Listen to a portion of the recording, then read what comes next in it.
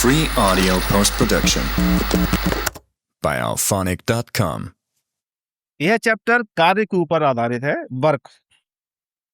तो जो काम होता है, काम तो हम लोग करते ही रहते हैं, और अगर परिणाम शून्य निकले तो कार्य शून्य हो जाता है। अब साइंस में जो कार्य बताया गया है वो ऐसे है कि 1 न्यूटन का फोर्स अगर हम कहीं लगाते हैं, किसी वस्तु पर लगाते हैं, तो यदि वो 1 मीटर डिस्प्लेस हो जाए तो हम बोल देंगे कार्य हुआ, और 1 जूल कार्य हुआ, वर्क।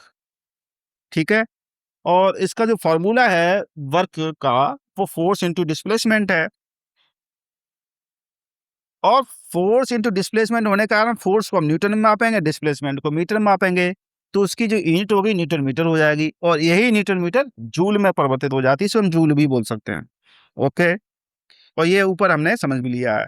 अब फॉर्मूले पे चलते हैं कि जो फोर्स इंटू डिस्प्लेसमेंट है, यहाँ पर फोर्स मास इंटू एक्सेलरेशन भी हो सकता है, और डिस्प्लेसमेंट तो डिस्प्लेसमेंट है ही। तो यहाँ पर 3 हमें इकाई वो राशियां मिल जाती हैं, physical quantities, mass, acceleration and displacement, तीनों का गुणा।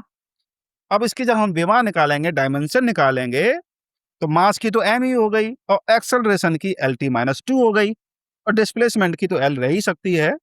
और इनको जब हम कंबाइन करके लिखते हैं तो ml² T-2 इसकी डायमेंशन हो जाती है, इसकी मतलब वर्क की डायमेंशन हो जाती है। और वर्क की यूनिट इलेक्ट्रिकल मेजरमेंट्स में किलोवाट घंटा भी होता है, और 1 किलोवाट घंटा 3.6 × 10⁻⁶ जूल के बराबर होता है।